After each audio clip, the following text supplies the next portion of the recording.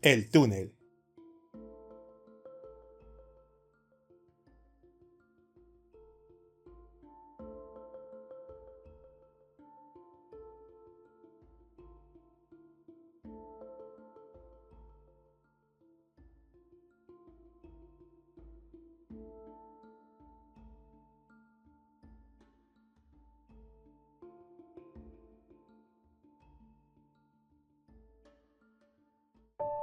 Primera parte. Introducción a la obra. En la literatura argentina, son pocas las obras que logran indagar en la mente de sus personajes de manera tan profunda como El túnel, la novela de Ernesto Sabato, publicada en 1948. En esta obra, el autor se consolidó como uno de los grandes escritores del siglo XX, estableciendo un hito en el género de novelas psicológicas. Segunda parte. Juan Pablo Castel y su obsesión. Juan Pablo Castel, el protagonista del túnel, es un pintor de carácter sombrío, cuya vida cambia cuando conoce a María Iribarren y se obsesiona de ella. El encuentro de ambos protagonistas fue casual y desde ese momento surgió en el inconsciente de Castel la adicción hacia María, que luego se convierte en su delirio. Ernesto Sabato muestra una visión relativa del mundo, en la que la existencia de Castel se ve alterada por su obsesión. Tercera parte. La mirada existencialista. La existencia de Castel, según el autor, se ve reflejada por la soledad y la incerteza. Las personas buscan sentido en un mundo incierto. Cuarta parte. El estilo narrativo. La novela El túnel es contada en primera persona, lo que nos permite ingresar en la mente del protagonista. Su versión no solo es racional, también es emocional y saturado de inquietud y paranoia. Sabato crea una bruma de suspenso, donde cada pensamiento de Castel se vuelve más inquietante y perturbador, como si toda la obra estuviera escrita en el límite de la locura.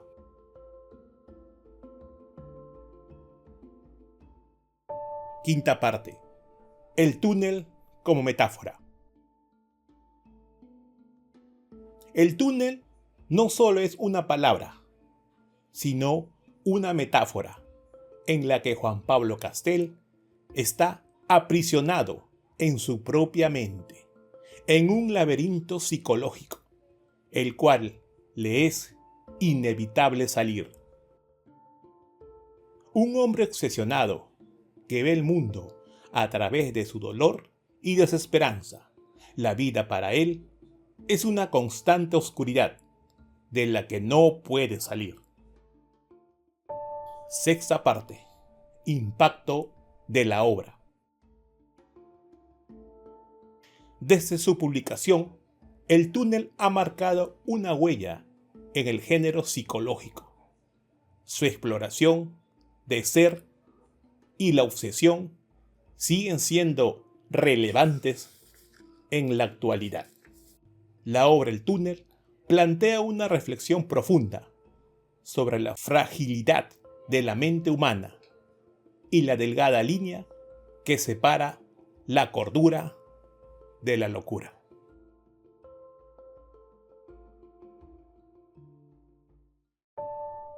Séptima parte. Conclusión. En El túnel, Ernesto Sabato nos revela que, al igual que el protagonista, todos tenemos nuestros propios túneles, buscando respuestas en un mundo incierto.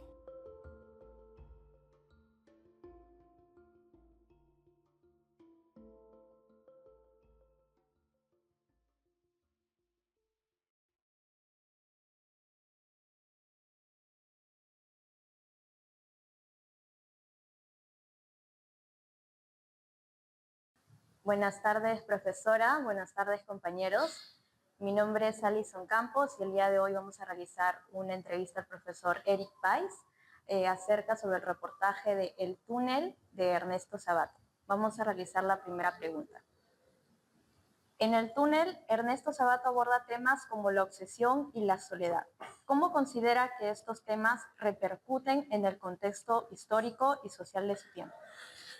Ya, a ver, El túnel se publica en el 48, 1948. Entonces, recién 3 añitos antes había terminado la Segunda Guerra Mundial y estábamos pasando por un proceso bien complicado, ¿no? Por un lado, un clima de desesperanza general y aquí hay varios motivos, ¿no? Uno de ellos es la pérdida de valores, ¿no? Posterior a una guerra con toda la muerte que hubo, y también este desencanto de la modernidad, ¿no? Se incluía la tecnología en ese momento, ¿no? Lo que a finales del siglo XIX, inicios del siglo XX, era como todo, todo este optimismo por estos avances tecnológicos de qué cosa podía traer de bueno a la humanidad. Hacia final de la Segunda Guerra Mundial se dieron cuenta de que todo había salido mal, ¿no? Al final todos estos avances tecnológicos se usaron para ocasionar muerte, ¿no? Entonces,